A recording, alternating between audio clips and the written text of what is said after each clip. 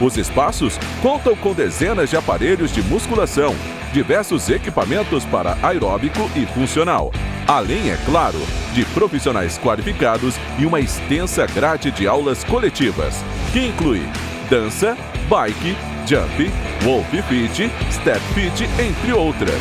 Nossas estruturas são equipadas com salas de musculação e aulas coletivas, salas de avaliação física e nutricional, vestiários e estacionamentos amplos. Venha nos fazer uma visita e surpreenda-se!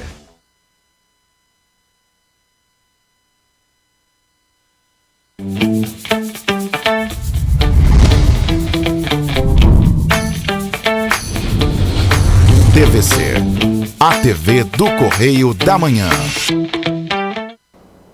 Direto dos estúdios da TV Correio da Manhã em Petrópolis, começa agora o Correio Petropolitano Debate desta segunda-feira. Hoje daremos destaque à economia e à cobrança de impostos. A BR-040 é parcialmente interditada na altura da Fazenda Inglesa após um tombamento de um caminhão caçamba.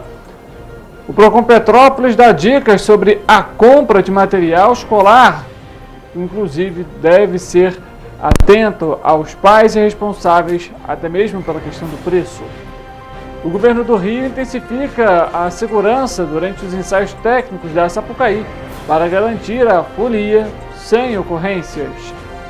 E vai ser publicado no Diário Oficial da União, da próxima quarta-feira, dia 10, o edital com as regras para o Concurso Público Nacional Unificado, que vai selecionar mais de 6.600 servidores para 21 órgãos públicos. O índice de preços ao produtor, o IPP, apresentou queda de quase 0,5% em novembro. Os dados foram divulgados pelo IBGE. Diálogo com o objetivo de acompanhar as alterações nas cobranças de impostos e os impactos no bolso do consumidor. Eu sou Richard Stolzenburg e o Correio Petropolitano Debate está começando.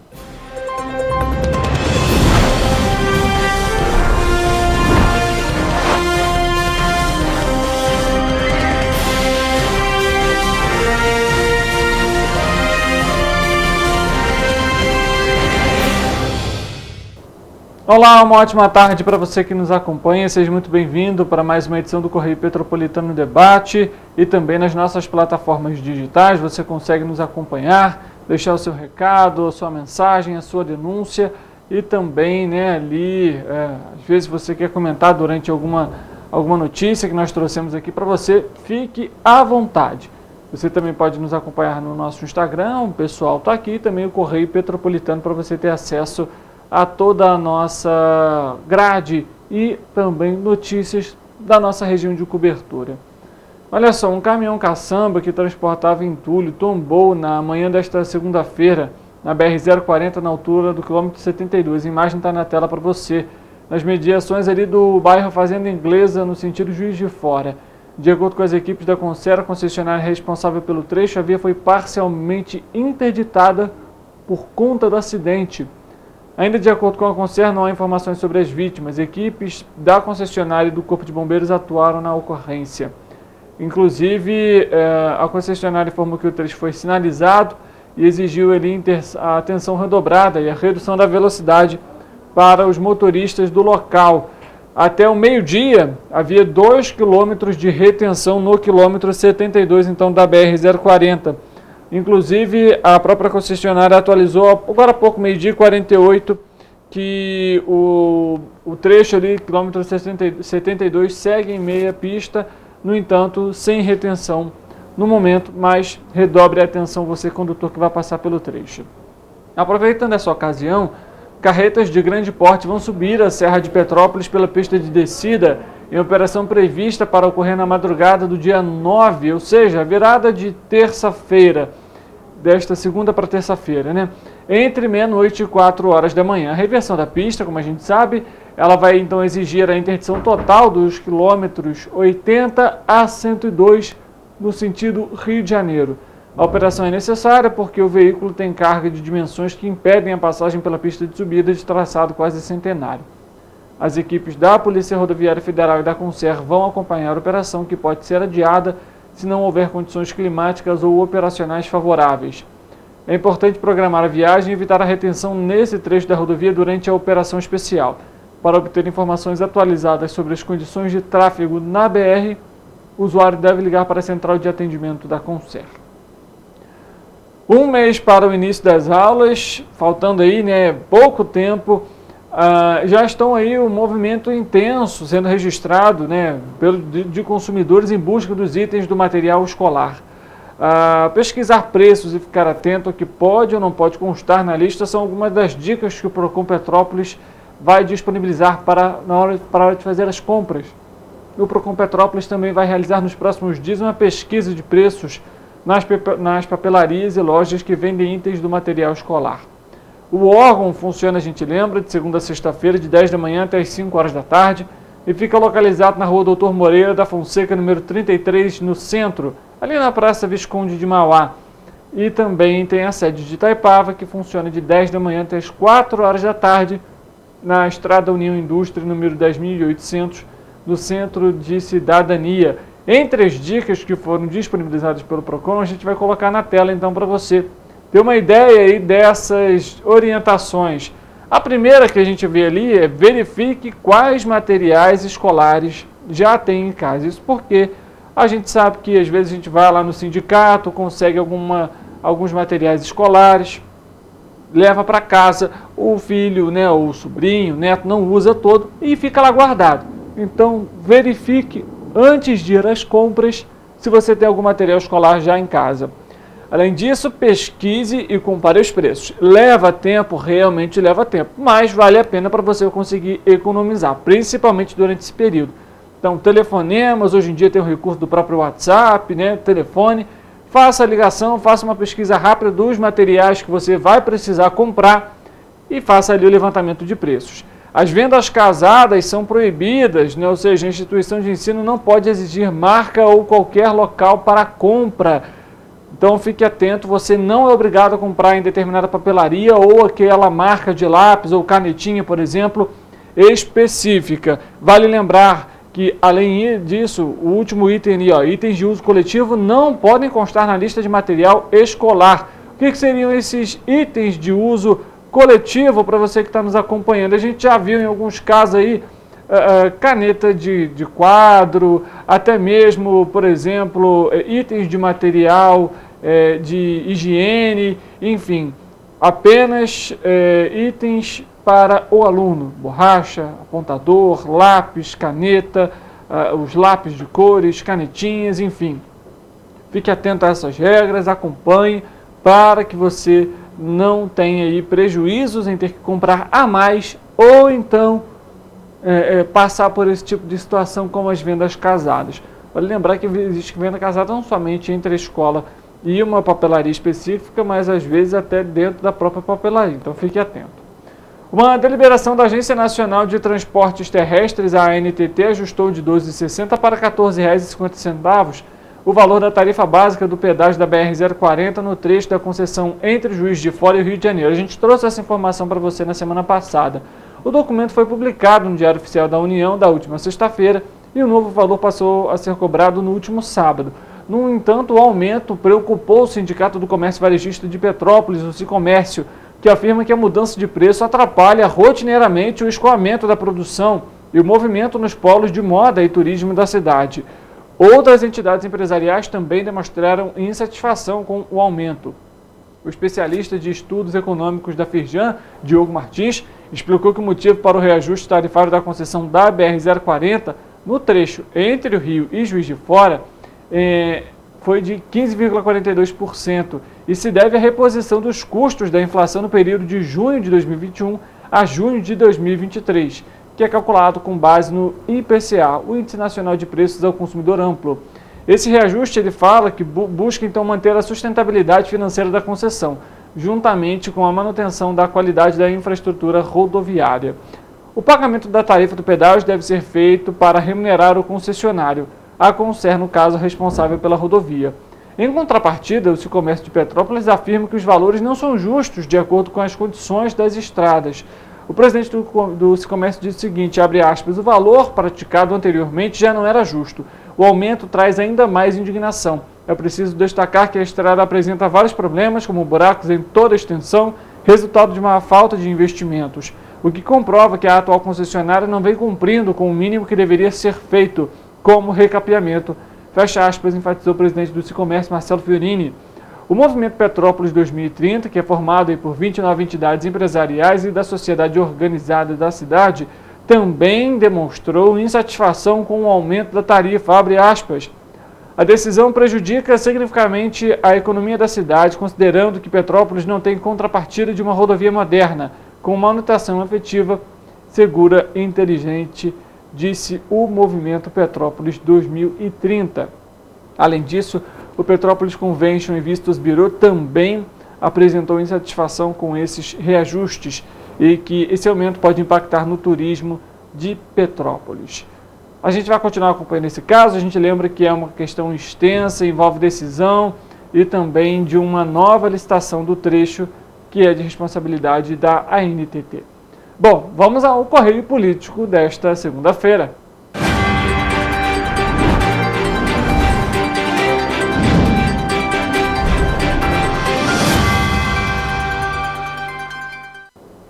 Vamos trazer a nossa repórter Leandra Lima, que vai falar para a gente sobre o Correio Político e com os bastidores sobre a nota imperial de Petrópolis. Foi divulgado pela Prefeitura, ela vai explicar justamente um pouquinho sobre esses trâmites para a gente.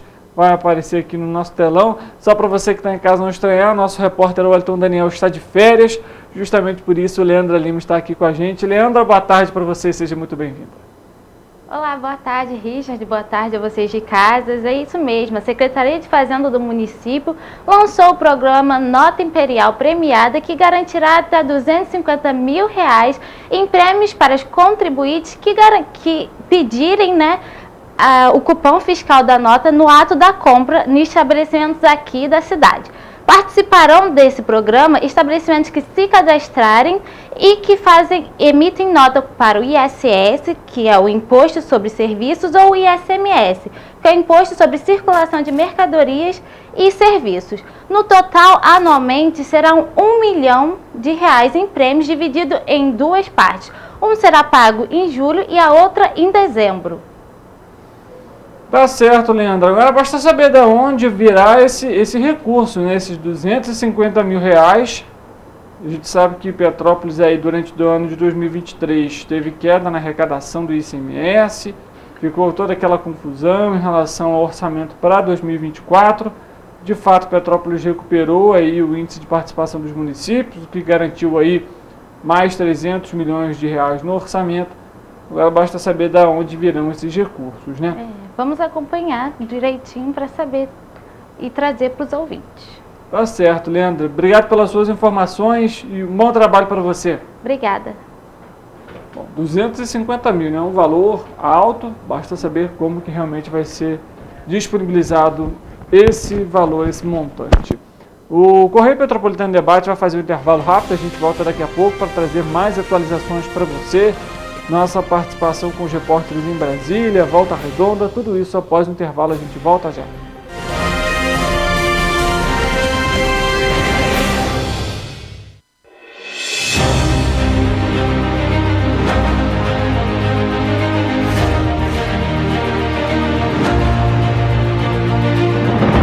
Não é jornalismo de direita, é jornalismo direito. Correio Petropolitano. Tudo que seu jornal não deveria ter deixado de ser. Todos os dias, em uma banca perto de você.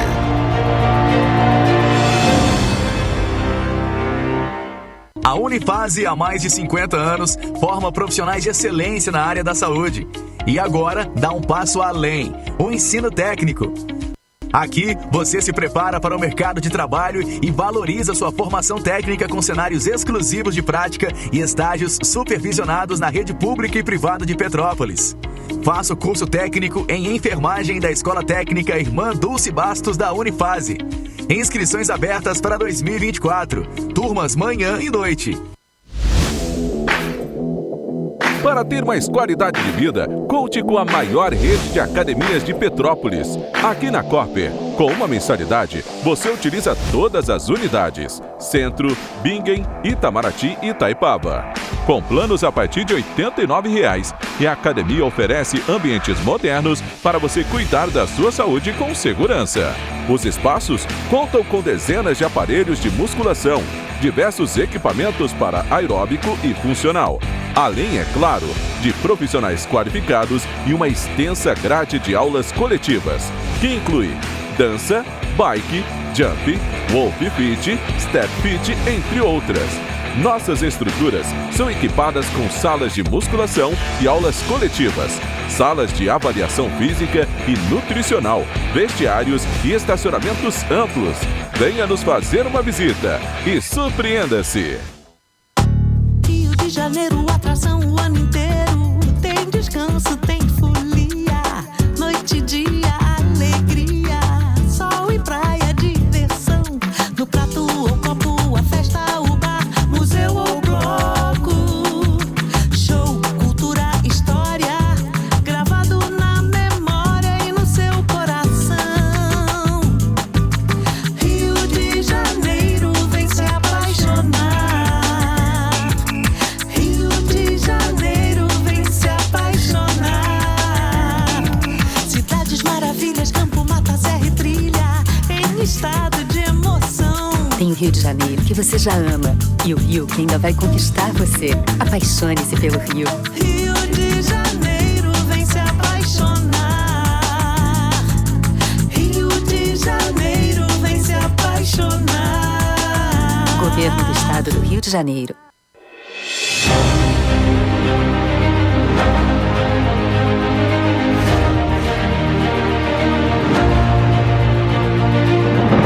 Não é jornalismo de direita, é jornalismo direito. Correio Petropolitano. Tudo que seu jornal não deveria ter deixado de ser. Todos os dias, em uma banca perto de você.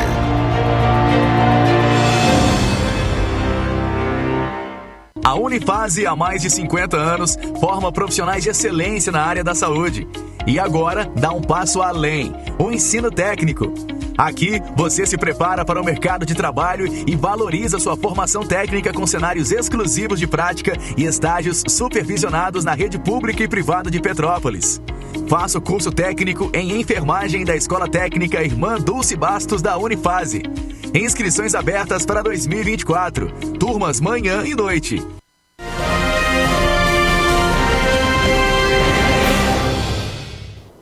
Correio Petropolitano Debate de volta. Chegou o momento de saber como que fica o tempo e a temperatura para esse início de semana.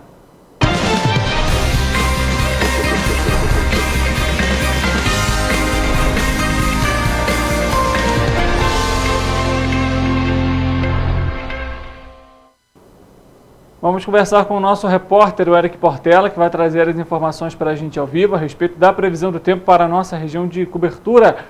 Eric, boa tarde para você, seja muito bem-vindo. Após a virada do ano, a gente viu aí o tempo gradativamente melhorando, no sentido de abrir o sol, voltar o calor para a nossa região de cobertura.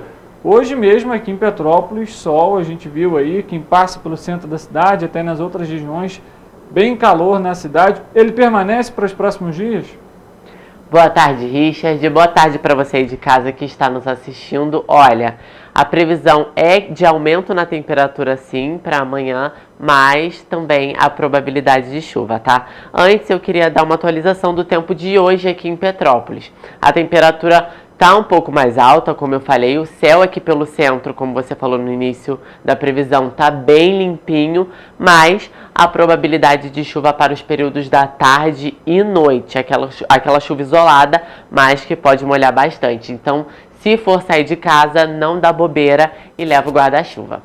Agora sim, vamos à previsão do tempo para terça-feira, dia 9 de janeiro, amanhã. Em Nova Friburgo, o dia será de sol entre nuvens. A temperatura máxima se mantém estável, enquanto a mínima começa a sofrer uma ligeira elevação. Ainda assim, a probabilidade de chuva para a cidade, como vocês podem ver aqui no nosso telão, está marcando ali, né? Os termômetros no município devem marcar mínima de 18 e máxima de 27 graus. Em Teresópolis, a terça-feira será de ligeira elevação na temperatura, acúmulo de nuvens durante a tarde e noite e probabilidade de chuva isolada, inclusive com possibilidade de trovoadas. Os ventos na cidade serão fracos e os termômetros devem marcar mínima de 18 e máxima de 30 graus. Em Petrópolis, a previsão também é de chuva. Apesar do aumento na temperatura, a previsão é de chuva isolada durante a tarde e noite.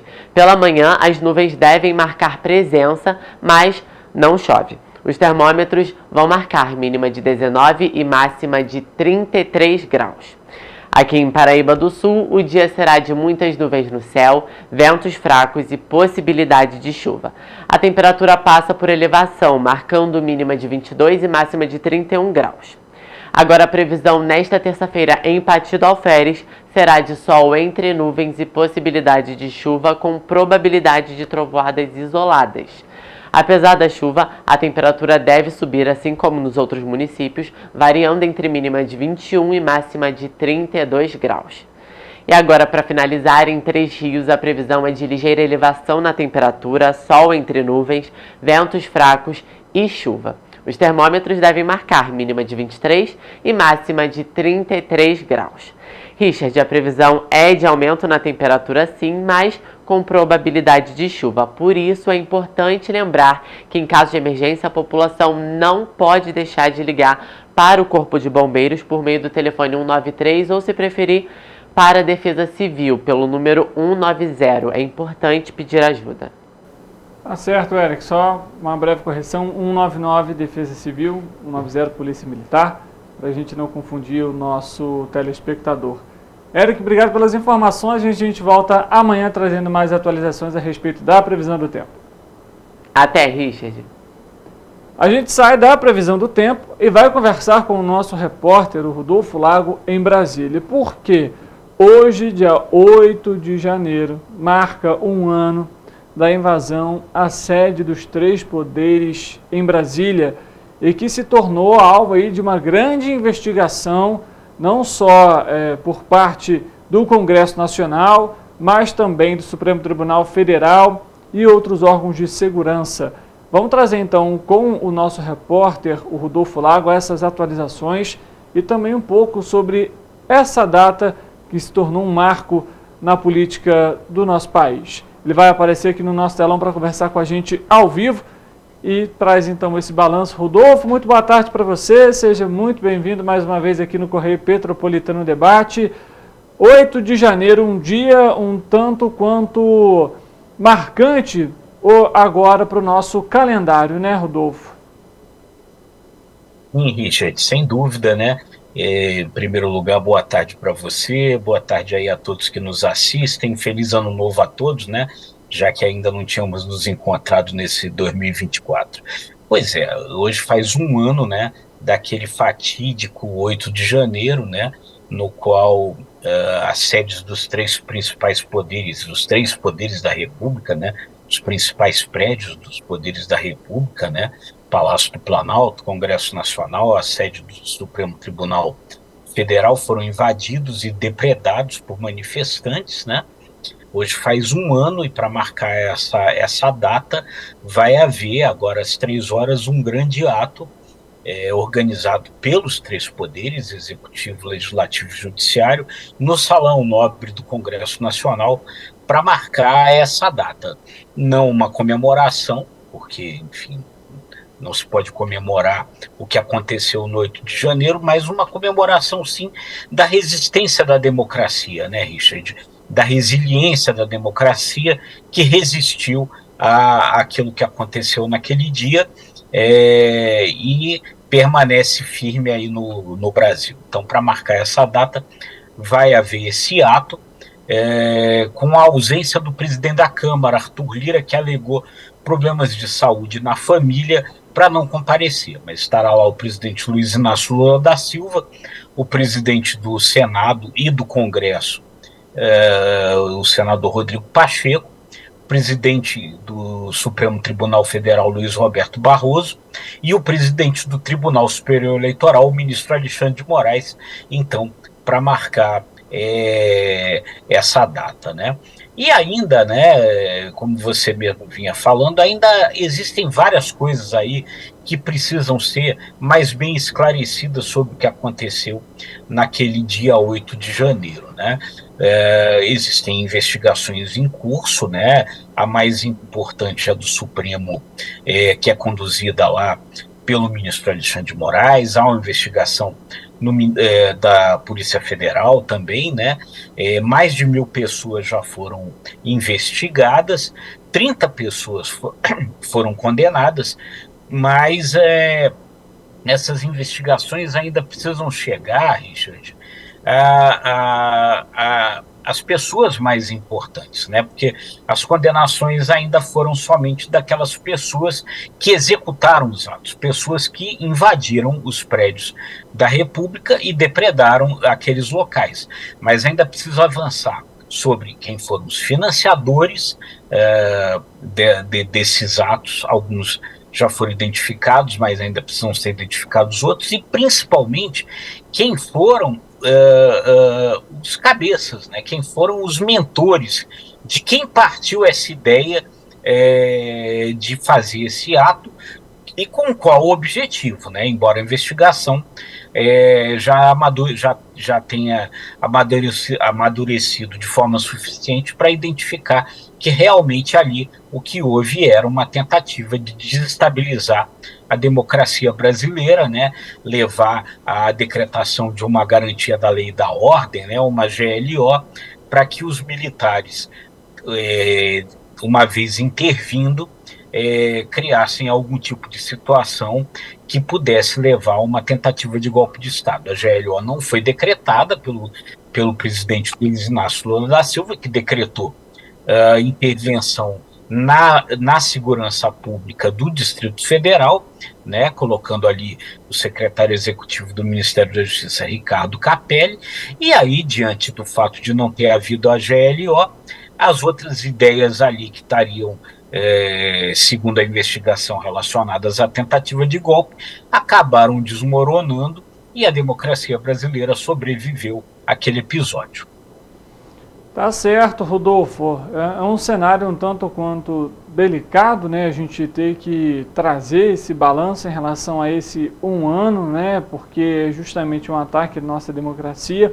Eu até aproveito para perguntar, Rodolfo, como que está a questão de policiamento? Foi feito um reforço justamente durante esse período agora, até mesmo para esse evento que vai acontecer hoje?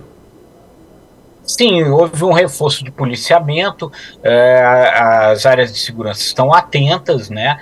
Aparentemente está tudo tranquilo em Brasília, né? Vamos acompanhar então o que vai acontecer agora. O evento é num lugar fechado, né? O Salão Nobre do Congresso Nacional, mas aparentemente está tudo tranquilo, com reforço sim de segurança para evitar qualquer episódio mais grave. Tá certo, Rodolfo. Obrigado pelas informações, um ótimo ano novo para você também, para toda a equipe aí do Correio Nacional e, é claro, em 2024, como sempre, espaço aberto para participações aqui no Correio Petropolitano Debate.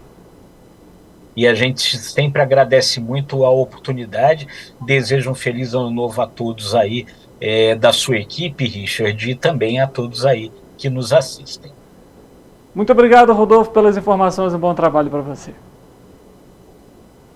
A gente dá continuidade aqui no Correio Petropolitano Debate. A gente fala agora sobre Nova Friburgo. A Secretaria Municipal de Finanças, Planejamento, Desenvolvimento Econômico e Gestão informou que as datas para os pagamentos dos impostos sobre serviços para os prestadores de serviços, empresas ou profissionais autônomos que exerçam ali em caráter permanente ou eventual qualquer atividade sujeitas ao tributo já estão disponíveis. Os contribuintes do ISS fixo anual terão até o dia 10 de abril deste ano para realizar o pagamento com desconto de até 10%. Isso em cota única, ou para o pagamento então em 4 cotas sem descontos até o dia 10 de julho de 2024. O carnê de pagamento vai estar disponível em breve por meio da internet. acessando o site oficial da Prefeitura de Nova Friburgo ou então diretamente na sede da Secretaria Municipal de Finanças. Já os contribuintes que pagam ISS sobre o movimento econômico devem efetuar o pagamento até o dia 20 de cada mês. Para as sociedades uniprofissionais, o requerimento de renovação ou inscrição do imposto sobre serviços de qualquer natureza, o ISSQN, pode ser retirado a partir do dia 9 agora, ou seja, a partir de amanhã, na sede da Secretaria Municipal de Finanças. O pedido de inscrição ou renovação, acompanhado do requerimento, deve ser feito a partir de amanhã até o dia 9 de fevereiro, ou seja, um mês aí, um intervalo de um mês para fazer esse requerimento. Com os recolhimentos em cota única, com 10% de desconto, e aí o pagamento pode ser feito até também o dia 20 de março de 2024, ou o pagamento em 10 contas sem desconto, que segue até o dia 20 de dezembro para o pagamento da 10ª cota, ou seja, ela começa em março, se estende até o dia 20 de dezembro, ou seja, dia 20 de abril, de maio, assim sucessivamente, caso não seja feito o pagamento em cota única. O governo do estado do Rio de Janeiro montou uma operação integrada de segurança para garantir a tranquilidade dos foliões durante a temporada de ensaios técnicos na Sapucaí, e que teve início na tarde do último sábado e que segue até o dia 4 de fevereiro. No último domingo, por exemplo, Porto da Pedra e Mocidade Independente de Padre Miguel abriram os ensaios do Grupo Especial e com um reforço do efetivo das equipes do 4º e 5º Batalhão da Polícia Militar, aliado ao uso da tecnologia, a festividade aconteceu sem ocorrências. A gente vai acompanhar a fala da Daniele Barroso, que é a secretária de Cultura, e também do Tenente Valentim, que estiveram e acompanharam esses ensaios técnicos no último fim de semana. Olha, gente, aqui na Sapucaí, o clima de carnaval já começou no estado do Rio de Janeiro. E a gente está muito feliz porque, novamente, o governo do estado do Rio de Janeiro investe nessa festa que representa tão bem a nossa cultura, que fortalece o nosso turismo e que traz para a avenida a nossa identidade. Nós acreditamos que esse é um investimento que o estado precisa fazer, porque quando a gente investe esse dinheiro no carnaval, esse dinheiro retorna nos impostos de serviço, nos impostos de CMS, e nós estamos muito felizes de podermos participar e promover essa festa que toma a avenida, mas que também toma o coração da gente. A Polícia Militar se fez presente ontem, durante o primeiro dia de ensaio técnico, se faz presente hoje e se fará presente nos próximos ensaios técnicos também. Nós temos um efetivo distribuído em viaturas baseadas em pontos estratégicos, com um grande fluxo de pessoas e policiamento a pé também, distribuído ao longo e no entorno do Sambódromo. A gente está trabalhando para que tenhamos aí um carnaval seguro para todos os frequentadores do Sambódromo, tanto nos eventos de ensaio técnico quanto no evento principal do carnaval na Sapucaí. Eu estou achando a segurança muito boa, porque eu moro no Santo Cristo, então é aqui do lado, né? Então eu estou achando muito boa, me sinto segura em trazer meu filho, hoje é o primeiro dia dele aqui no ensaio técnico, então estou me sentindo muito segura mesmo. A gente acompanhando então, fala também ali da população que estava acompanhando esses ensaios técnicos, e falta pouco, né? O carnaval já é mês que vem, e é claro que você vai acompanhar aí, né, os desfiles, as festividades, a gente vai trazendo as atualizações em relação às ocorrências e operações para esse período. Em 3 dias, a Secretaria de Educação, Ciência e Tecnologia vai abrir a matrícula para a Rede Municipal de Ensino no próximo dia 29 de janeiro. A orientação é que os pais e responsáveis procurem a unidade escolar mais próxima da residência para tirar as dúvidas e realizar a matrícula do aluno. Há vagas disponíveis para o ensino regular, ou seja, do jardim ao 9º ano do ensino fundamental, e o EJA, Educação de Jovens e Adultos. As equipes vão estar nas escolas de 8 da manhã até as 5 horas da tarde, e para a realização da matrícula serão necessários os seguintes documentos dos alunos. Atenção: certidão de nascimento, CPF, o cartão de vacina, cartão do NIS, atestado de saúde, tipagem sanguínea e 2 fotos 3x4, além dos documentos dos responsáveis, que são os seguintes: RG, CPF e também um comprovante de residência.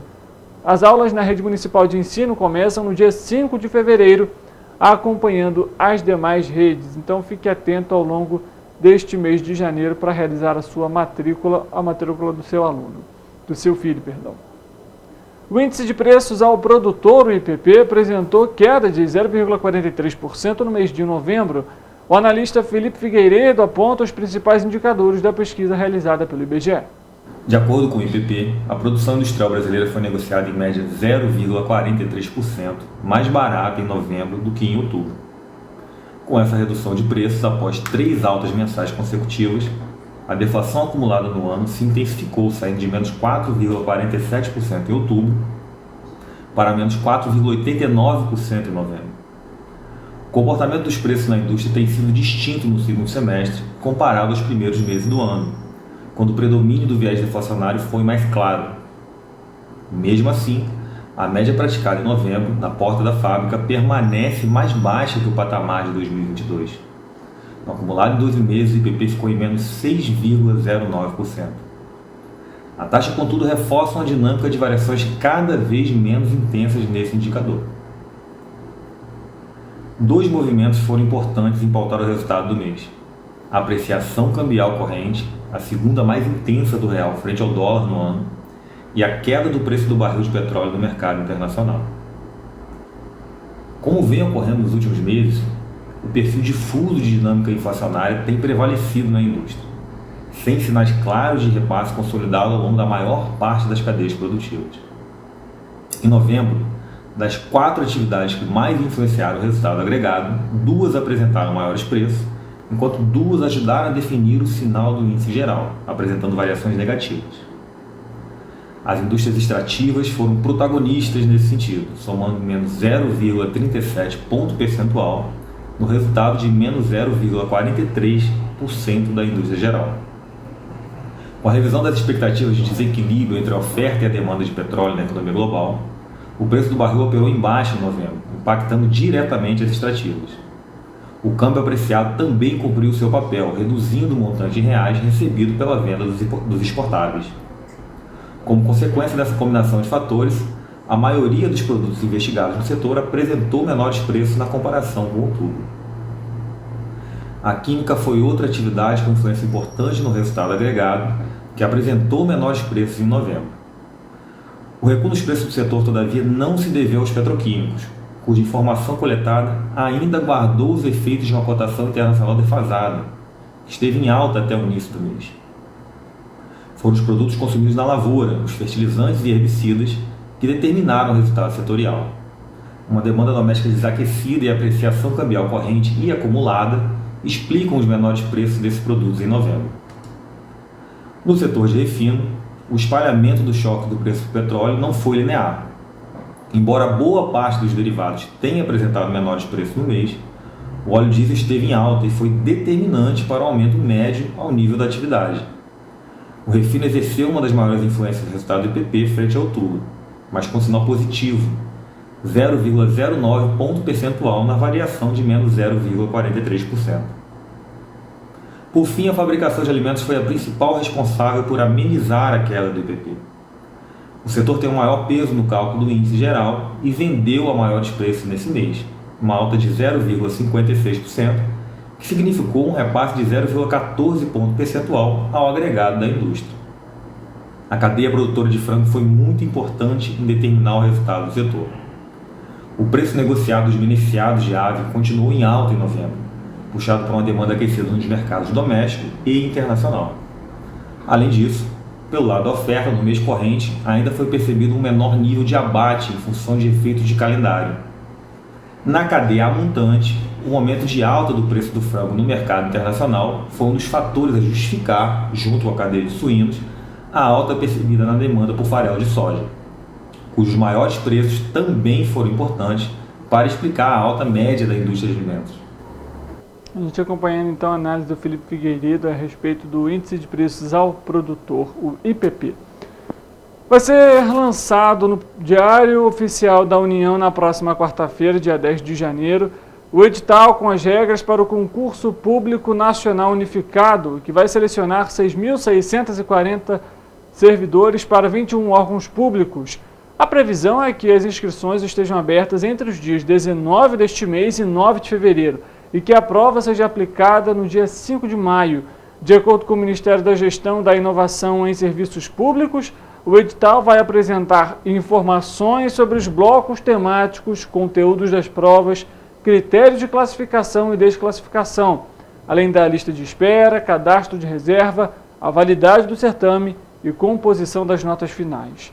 Em nota divulgada pela pasta, a Secretaria Adjunta de Gestão de Pessoas, Regina Camargos, adiantou que a metodologia a ser adotada no concurso é inovadora e que as provas vão ser aplicadas em 220 cidades de todo o país por meio de uma parceria com o SES Gran Rio.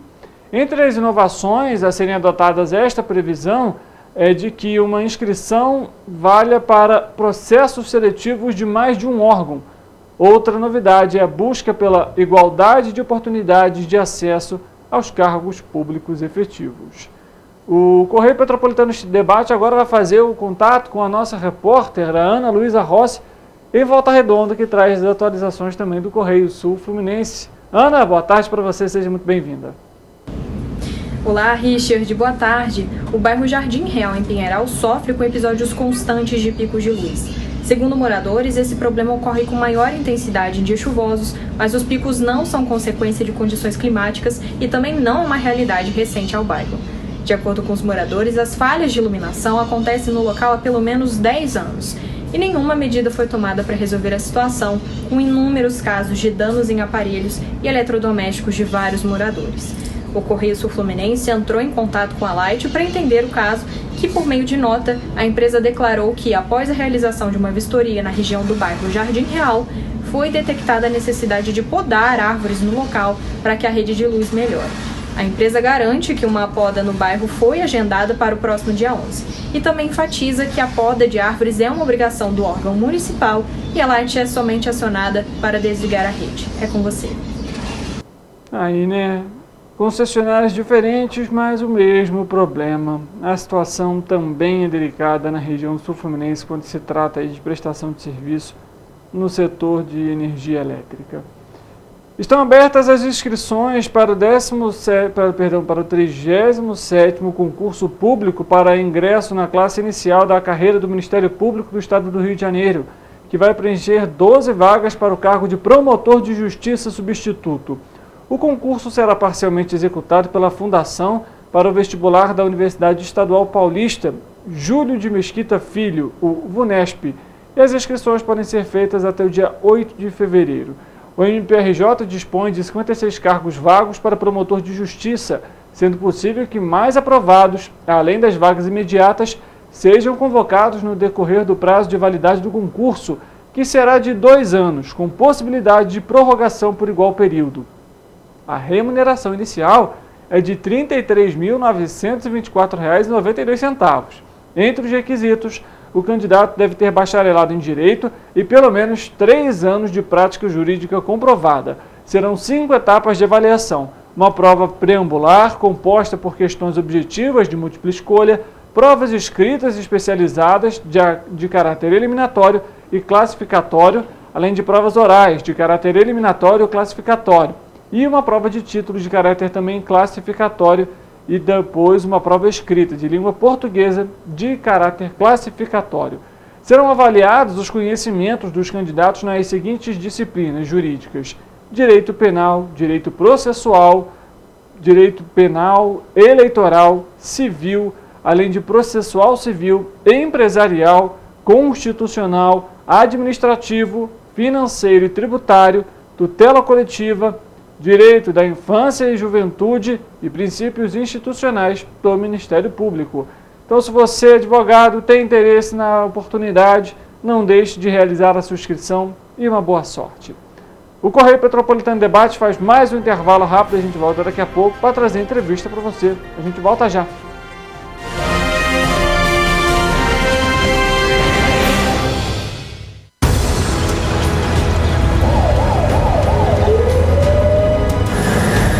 O governo do estado do Rio já investiu mais de 8 bilhões na saúde. E se eu dissesse que esse é o maior investimento na saúde já feito em toda a história do Rio? Eu diria que melhorou, mas eu quero mais. Depois de 3 anos parados, os mamógrafos móveis estão de volta. Pra gente cuidar melhor das mães e dos bebês. O governo do estado também está investindo na saúde especializada. Porque se o problema é complicado, mais atenção ele precisa. Melhorou, mas para a saúde a gente sempre quer mais. O importante é que a saúde esteja mais perto das pessoas. Por isso, todas as regiões do Rio recebem a mesma atenção.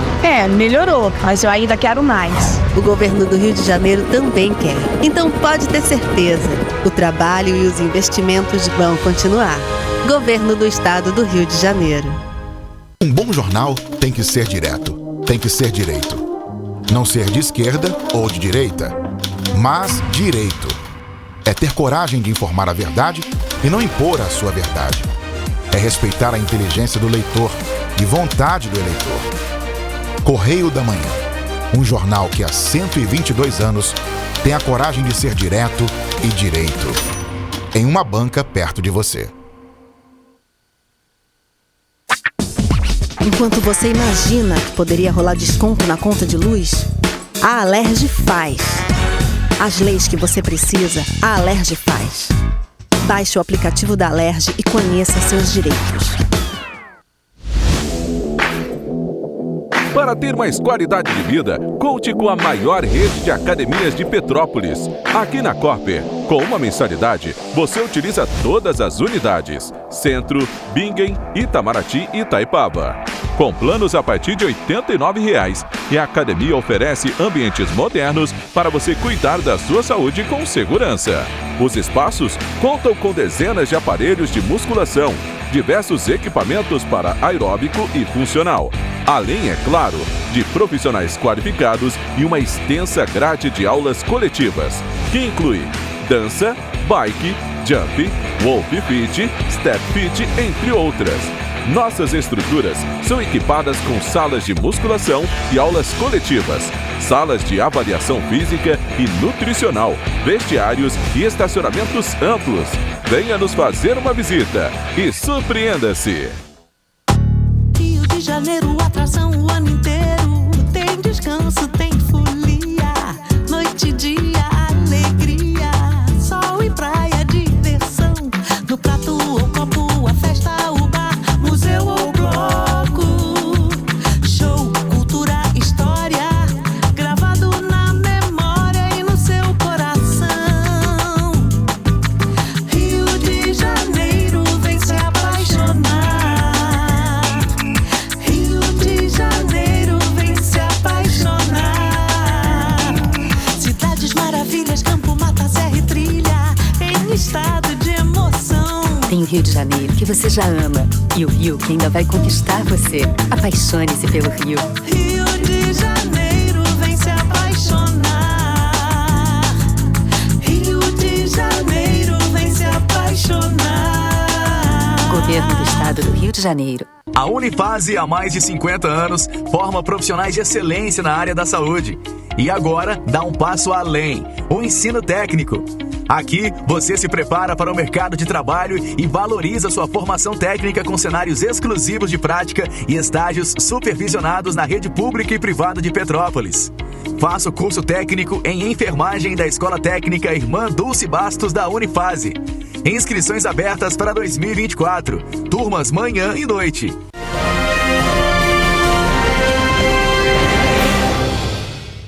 Bem início aqui a nossa entrevista, Monique. Antes de mais nada, queria muito agradecer a sua presença aqui com a gente para falar a respeito desse tema importante que envolve aí tanto jovens na área tanto de estudo quanto de trabalho. A gente sabe que isso também impacta diretamente a economia do nosso país e reflete um pouco também do cenário econômico do país. Mas, antes de mais nada, eu queria que você se apresentasse para a gente, por favor. Tá ótimo.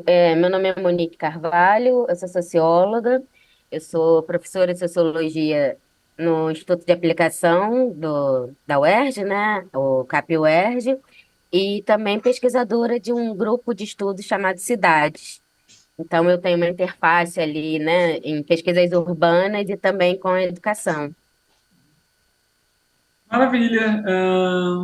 Monique, vamos lá. O IBGE divulgou os dados, então, que mostram aí que Em 2022, 10 milhões e 900 mil jovens, né, entre ali 15 e 29 anos de idade, não trabalhavam e não estudavam. Trazendo isso para o lado social, o que isso representa? Então, é um número, né, bastante expressivo, mas não é um número novo. Se a gente for olhar outras estatísticas, né, uma curva assim de jovens que não estudam e não trabalham, ela vem crescendo. Então, já tem um debate sobre, né, esses números já há algum tempo, e eu acho que teve uma piora, digamos assim, pós-pandemia. Por quê, né? É, a, maior parte, né, da educação pública ficou num processo de educação remota, mas não garantindo que todos os estudantes tivessem acesso ao computador, à internet. Então, a gente já tem registros, né, pelas secretarias de educação, de uma evasão escolar muito grande, especialmente no ensino médio, que já, né, tem um registro de evasão grande antes da pandemia. Então, né, se a gente for olhar os números entre crianças e jovens que terminam o ensino fundamental 2, né, o nono ano, e vão para o primeiro ano, tem uma redução, e depois uma redução dos que concluem o terceiro ano do ensino médio. Isso também a gente pode perceber pelo número de inscrições do Enem. Então, no período da pandemia, esse processo ficou mais elevado e mais evidente. Então, você tem, né, um grupo de adolescentes e jovens que saíram da escola ou que não concluíram a escola. Junto com isso, você tem também cada vez menos ofertas de trabalho, postos de trabalho efetivos, né? A gente tem cada vez mais um investimento, tanto retórico quanto também de políticas públicas, no empreendedorismo individual, né? Então, seja empreendedor de si mesmo, enfim, né? Trabalhe por conta própria. E eu acho que isso tudo vai contribuindo para essa redução de atividades, né, nos jovens, né? Acho que em toda a sociedade, mas os jovens isso é mais aparente, né? Porque eles estão numa idade de formação. Então, a gente tem uma equação muito complicada, né? Que é uma pouca formação, uma formação de baixa qualidade e pouca oferta de postos de trabalho. Então, isso tudo gera, né, esse universo de pessoas que não estudam nem trabalham.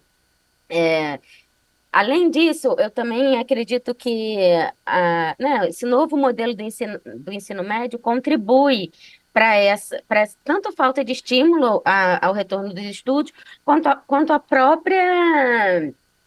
o próprio conteúdo, né? Você tem aí uma reforma que tem como é que eu posso dizer? Tem como principal referência a possibilidade de escolhas de disciplinas, né, que são consideradas itinerários formativos.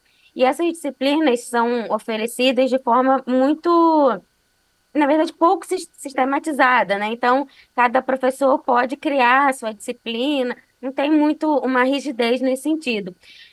É, de um primeiro olhar, parece que é muito bom, parece que, né, o estudante vai ter uma liberdade, só que, né, no chão da escola, mesmo ali no cotidiano, acontece uma ausência e também os professores ficam meio que sem saber o que oferecer.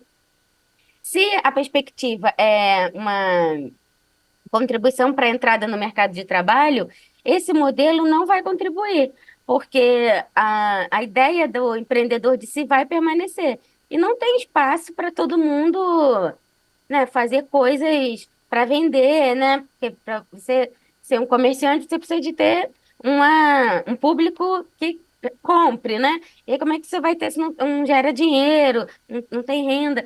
Então, assim, é mais do que urgente, isso não é novidade, a gente já fala isso há muito tempo, quem trabalha com juventude, uma política nacional para a juventude, que envolva educação, saúde, lazer, cultura e também o trabalho.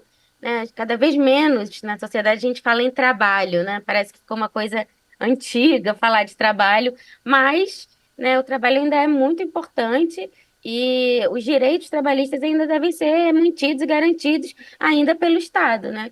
Enfim, eu acho que isso esse primeiro incentivo, especialmente para os jovens, né, deve vir de uma política pública mais eficiente. E é interessante, até pegando o gancho no que você comentou, Monique, os dados ainda mostram até que, inclusive, que a menor taxa da série que foi montada pelo IBGE, ela aconteceu em 2012, quando, na época, 21,8%, então, desse público entre 15 e 29 anos não trabalhavam e não estudavam. Em 2022, foi a segunda menor taxa, né? Perdão, a terceira menor taxa. Mas mesmo assim a gente consegue ver que em 2012, 18% desses jovens não estudam e não trabalham, e realmente corroborando com aquilo que você comentou. É algo que já vem há bastante tempo, que a gente já tem acompanhado no nosso país há bastante tempo. Agora, queria que você falasse para a gente a questão da tecnologia também pode estar influenciando para que esse público não procure por um trabalho formal e também, né, não faça aí, né, uma carreira acadêmica, por exemplo, visto a gente tem hoje as redes sociais, a gente tem hoje aí diversas plataformas e que fornecem ali, né, pagamentos de fato para jovens, enfim, produtores de conteúdo. Isso de alguma forma pode impactar também ou é uma pequena parcela desse número que a gente já vem há bastante tempo? Olha, eu acho que tem que a questão da tecnologia, ela pode ser muito boa, mas também pode ser uma ilusão, né? Uma coisa meio ilusória. Com relação à produção de conteúdo, eu acredito que o mercado ainda é muito pequeno, né? Então, você tem aí alguns influenciadores, né? Que, obviamente, o nome já diz, influenciam mesmo, e fazem com que, né, os jovens, os mais novos especialmente, né, desejem, almejem ser, né, trabalhar com esse tipo de tecnologia.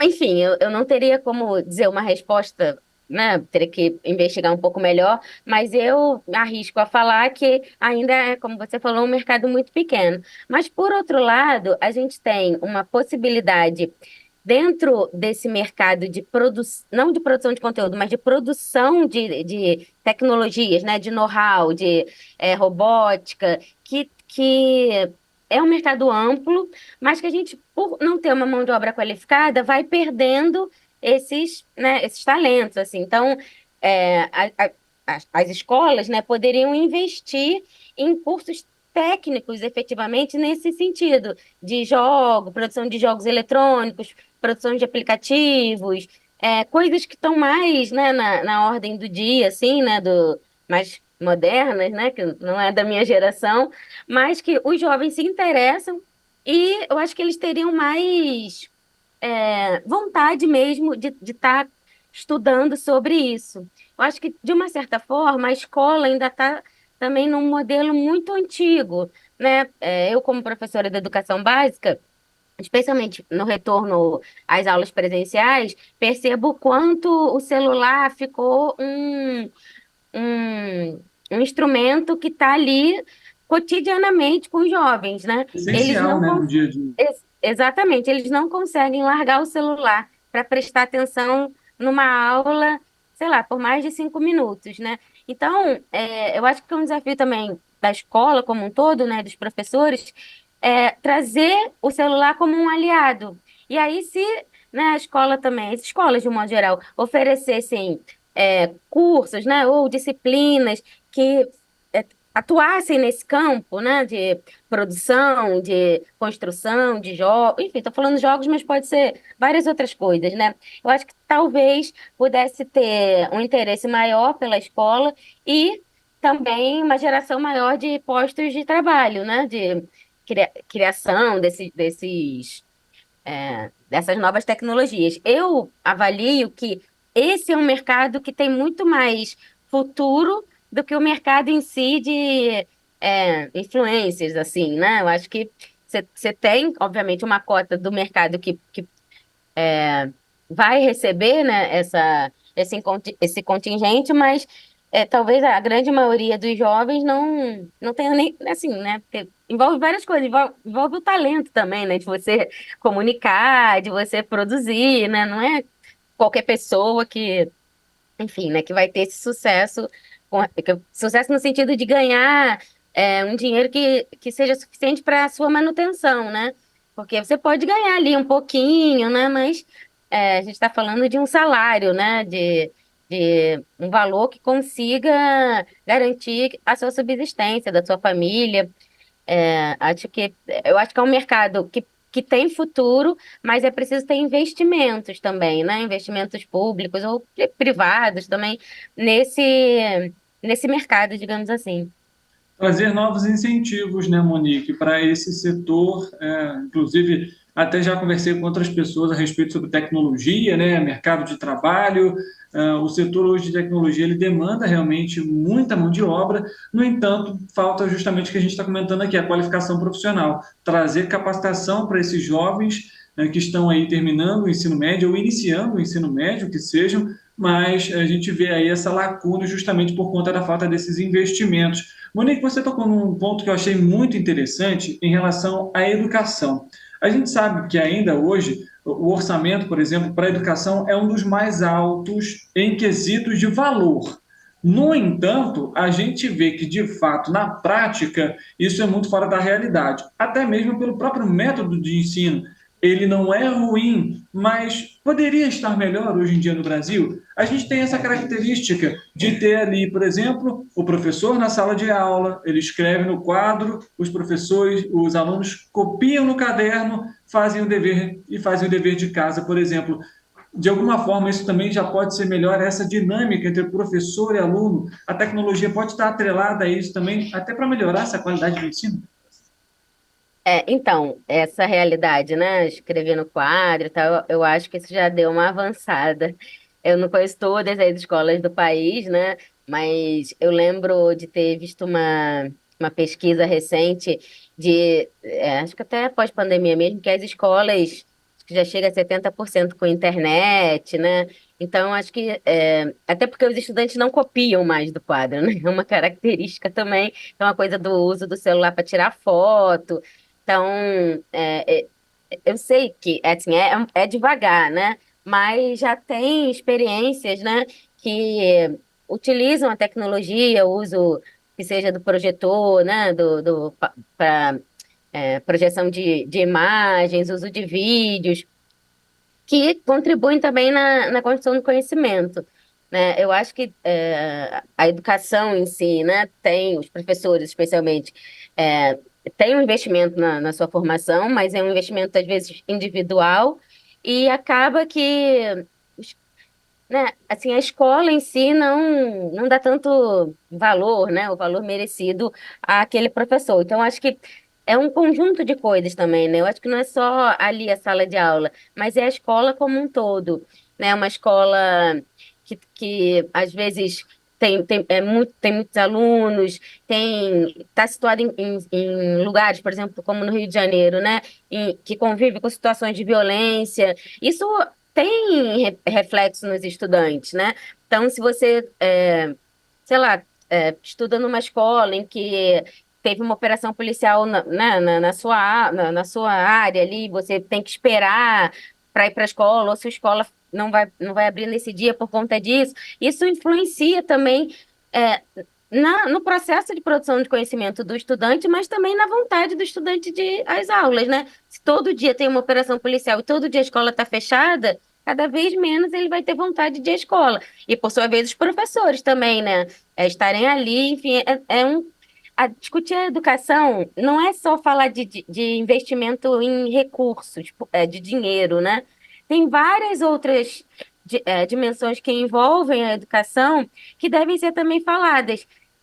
Eu acho que mesmo que se o orçamento da educação fosse o maior, a gente teria que olhar para a escola com outros olhares também, com outras, né? Não é só o dinheiro não vai só resolver, não vai ser só, aumenta então o salário do professor, ou coloca, então, sei lá, quadro interativo na escola. Não é isso, não são coisas pontuais. É um sistema que tem que ser melhorado e, né, com a colaboração de todas as pessoas que formam, né, a comunidade escolar. É um processo, mas é um processo possível, né? Acho que a educação ainda eu costumo falar isso para os meus alunos, a educação é um investimento a longo prazo. E a gente vive numa sociedade que é uma sociedade imediatista. A escola não vai te dar o resultado ali, naquele momento, né? Você tem um longo caminho para se percorrer para chegar no investimento. E, né, para chegar no retorno desse investimento que você deu. Então, assim, tem que aguardar, né? Tem que ir esperando, tem que ir construindo. Claro que não dá para todo mundo, né? Até pegando um pouco dos dados dessa pesquisa do IBGE, que me chamou muito a atenção, que a maior parte dos jovens, né? Quando esses dados são separados, o maior percentual é de jovens mulheres que largam a escola e que são jovens negras também, isso também é um ponto importante.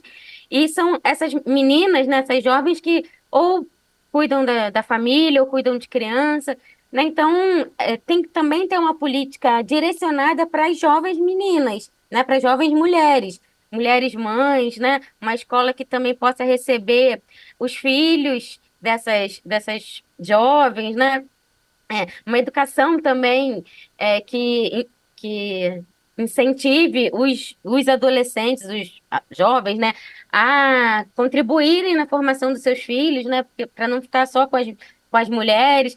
Então, assim, tem muitas coisas que para além da sala de aula que estão envolvidas nesse processo do não estudam e nem trabalham, né? Mas esse dado, né, de serem de jovens negras, me chama muito a atenção e eu acho que é um ponto de atenção, né? O dado geral é muito preocupante, mas quando a gente analisa também mais A fundo, né? e mais singularizado, né, detalhadamente, você vê que tem também parcelas da sociedade que são mais atingidas por esses processos. Quando a gente vai olhar, são as mesmas, historicamente, né? Então, acho que as políticas públicas têm que ser mais direcionadas para esses grupos em maior vulnerabilidade. Aproveitando, era justamente a minha próxima pergunta era voltada justamente nessa parte da pesquisa que mostra justamente isso. As jovens negras são aí a maior parte, né, desse público que não estuda e que não trabalha. Aí a gente vê, então, nesse momento, até, Monique, o impacto realmente de outras coisas, de outras questões do dia a dia afetando na educação. Queria que você falasse um pouquinho sobre elas. A segurança é uma dessas questões que a gente já comentou, por exemplo, em uma comunidade no Rio de Janeiro. Se você tem ali, infelizmente, uma guerra entre gangues, seja a polícia com os criminosos, isso afasta os alunos. A gente tem as questões também, como a gente acabou de comentar, das mulheres. A economia também pode impactar nesse percentual, nesse interesse até mesmo também pela educação. Pergunto isso até porque a gente vê, a partir do momento que a situação econômica está difícil, a situação de arranjar emprego é complicada, a partir do momento que surge a primeira oportunidade, aquele jovem, aquele adolescente que está iniciando ali a vida adulta, ele aproveita aquela oportunidade, mas em muitos casos deixa, por exemplo, o estudo de lado, né? Exatamente. A questão econômica também é fundamental. E isso ficou também muito evidente no período da pandemia. Muitos jovens abandonaram a escola por conta do trabalho. E aí não precisa necessariamente ser um trabalho formal, mas vai ajudar, sei lá, vai vender alguma coisa na rua, vai ajudar, enfim, no mercado, no supermercado. Faz um freelance, né? Faz algum tipo de bico, assim, e isso vai afastando da escola, realmente. E a gente, pelo menos aqui no Rio de Janeiro, tem tido escolas noturnas fechando, né? Tem cada vez menos escolas noturnas, educação de jovens e adultos também diminuindo. Então, isso impacta, né, na economia. Às vezes, o jovem, ele precisa, né, às vezes precisa trabalhar, porque precisa, né, contribuir com a sua família, mas às vezes ele quer também o seu dinheiro, né? Quer fazer suas coisas, quer sair, quer passear, comprar suas roupas. E aí o mercado de trabalho ele seduz mais, né? Justamente por conta desse investimento a longo prazo que é a escola, do que a escola, né? Ele vai demorar muito tempo para conseguir algum tipo de retorno financeiro, especialmente. Então, a economia né, tem um impacto significativo e eu acho que essa questão da economia também influencia na segurança alimentar. Né, você, durante o período, muitas vezes a escola é o espaço em que aquela criança ou adolescente tem as refeições garantidas. E às vezes a escola funciona mais como esse espaço que vai fornecer os alimentos do que necessariamente o espaço de aprendizagem. Né, o papel da escola é muito fundamental. E aí, também, né, como consequência da pandemia, quando as escolas fecharam, muita gente precisou também aumentar o seu trabalho com os adolescentes, né, para conseguir garantir a sua segurança alimentar, né, as 3 refeições diárias, enfim, cada vez mais difícil, né, você manter essa rotina de alimentação, especialmente, né, nas camadas mais populares, mais vulneráveis, não populares, mas mais vulneráveis. Então, esse dado, né, dos jovens, e uma outra questão também que é boa para pensar, é que, pelos dados do censo, a gente tem uma população de pessoas jovens também, né? Apesar de ter uma população que cresceu em relação aos idosos, mas a gente ainda é muito jovem. E esses jovens né, não são economicamente ativos. E isso, né, daqui a 10 anos, vai ter repercussão, né, na forma da economia. A gente tem que se adiantar, a gente já está atrasado, né? Mas a gente tem que se adiantar nesse processo para garantir alguma inserção educacional e produtiva para esse grupo da população. Com certeza, até porque tem a questão da previdência, como que, né, os idosos daqui, por exemplo, 10 anos vão conseguir receber, se a gente tem uma alta parcela da população aí que é praticamente economicamente ativa, não atuante, né? Um cenário realmente bem complicado e a gente vê essa extensão, não apenas, como a gente comentou, né, Monique, dentro da sala de aula ou no mercado de trabalho, mas de forma mais ampla. Abordando ainda esse cenário que envolve aí o acesso tanto à educação ao mercado de trabalho desses jovens, desses adolescentes, eu queria fazer uma pergunta o seguinte, Monique, a gente vê então que a evasão escolar é um ponto também chave dentro desse tema, visto que a evasão escolar é preocupante, lógico, porque aquele estudante, aquele jovem não vai concluir, seja o ensino médio, o ensino fundamental, e como consequência ele tem uma baixa escolaridade, mais difícil dele conseguir acesso ao mercado de trabalho. A evasão escolar hoje, como que poderíamos, de alguma forma, existe alguma solução, alguma maneira para se atuar, para tentar diminuir essa evasão escolar? Essa é um desafio da educação há anos, né? Não é de agora, e a questão é que ela vem aumentando cada vez mais, né? Nós já tivemos períodos de uma redução da evasão escolar, né, com políticas educacionais, né, que foram, enfim, adequadas ou né, eficientes nesse processo, mas a evasão ela sempre vai existir, né, de uma certa forma, um número, né, de estudantes vão, por diversas razões, abandonar a escola. A preocupação é quando esse número aumenta, né, consideravelmente, significativamente. A solução, assim, não existe uma solução, né? Existem várias soluções a depender do lugar que a escola está inserida, né, do estado, da característica da escola. Eu acho que talvez a gente precise pensar na educação de forma mais localizada e menos de uma forma geral, porque cada município, cada estado do Brasil tem suas características e merecem políticas direcionadas para né, esse grupo, né, para essas singularidades. Então, eu não teria, né, como dizer assim, Então, você faz uma escola assim, faz uma escola assado, que vai reduzir a evasão. De fato, é uma questão para a escola, é um desafio para os professores.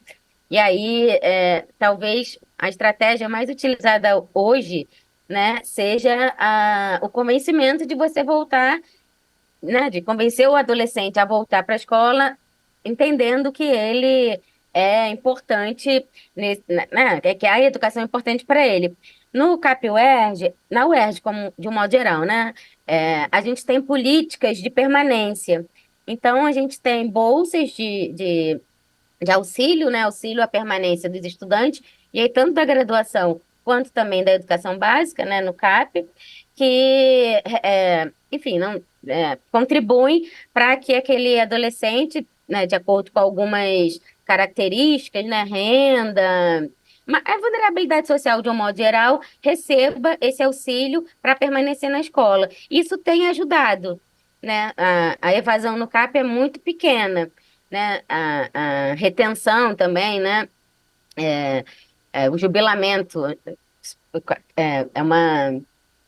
Se o aluno repetir de ano mais de não sei quantas vezes, ele saía da escola, isso também acabou. Isso faz com que os estudantes tenham mais estímulo também a permanecer. Eu acho que são várias estratégias juntas, né? Na UERJ, o auxílio tem funcionado para, né, permanência dos estudantes em sala de aula. Inclusive, até o próprio governo federal, existe uma proposta, inclusive, que tem tramitado aí no Senado, justamente a respeito desse tema, né? Que deve fornecer aí uma bolsa auxílio para os estudantes e esse valor vai poder ser retirado ao fim do terceiro ano do ensino médio, para ele colocar como estudo, enfim, fazer alguma compra. É uma medida aí que tem sido adotada pelo governo federal esse ano para tentar amenizar essa evasão escolar.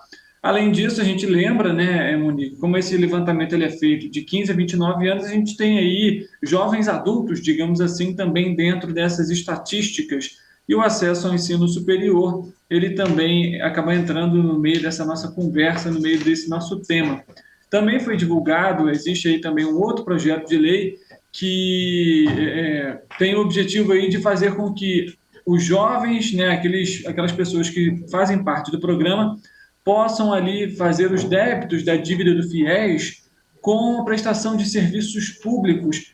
É uma boa iniciativa também para, de alguma forma, garantir o acesso desse jovem ao ensino superior, até porque ele vai, dessa forma, ele consegue ali pagar também, né, aquela dívida, aquele montante que...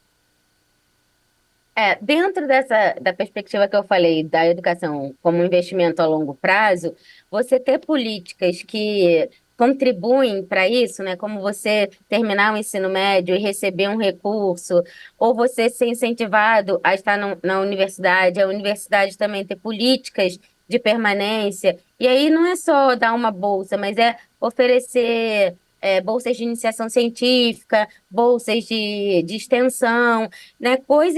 Bolsas que vão formar também aquele indivíduo, né? Que vão desde do primeiro, segundo período da faculdade e formando ele não só, né, na parte teórica, mas também na parte prática das suas profissões. Isso é muito importante. Então, para além disso, o investimento do FIES e agora também eu li, né, que houve o perdão de algumas dívidas, né, de parcelas de dívidas. Isso também é importante, porque o jovem, né, quando ele conclui a universidade, usando o FIES, ele sai com uma dívida já, né? Ele nem tem trabalho, mas ele já tem dívida. Então, acho que isso tudo tem que ser repensado também pelo, né, papel do caso do Ministério da Educação, mas também outros ministérios, né, em conjunto, em parceria, pensar em alternativas que estimulem cada vez mais os jovens a ingressarem também na universidade, né? Fazer uma universidade mais plural, mais democrática, né? Que o ensino superior seja possível, né?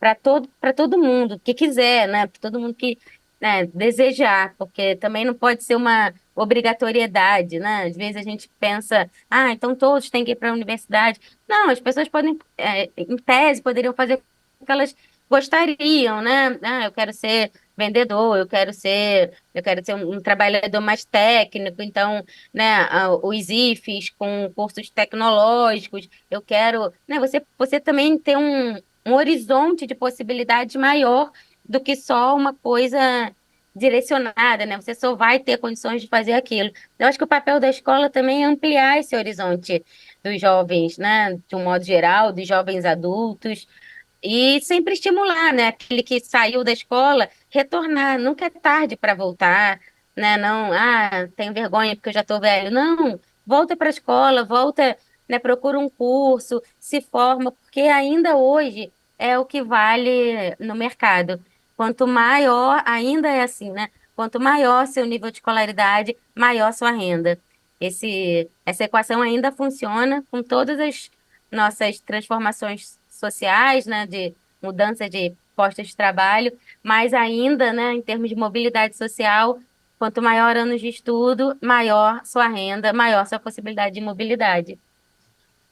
Perfeito. Monique, a gente está encerrando aqui esse nosso bate-papo, um tanto quanto produtivo, muito tema. A gente sabe que é um tema tão extenso que a gente ficaria aqui por horas conversando, na verdade, mas eu queria muito agradecer a sua presença aqui com a gente para falar um pouquinho sobre essa pesquisa mais especificamente, mas também trazer um contexto mais amplo a respeito do impacto social também no mercado de trabalho e na educação. Eu que agradeço o convite. Quando quiser me convidar de novo, estou à disposição. Boa tarde. Tchau, tchau. Obrigado, Monique, mais uma vez. Uma boa tarde para você.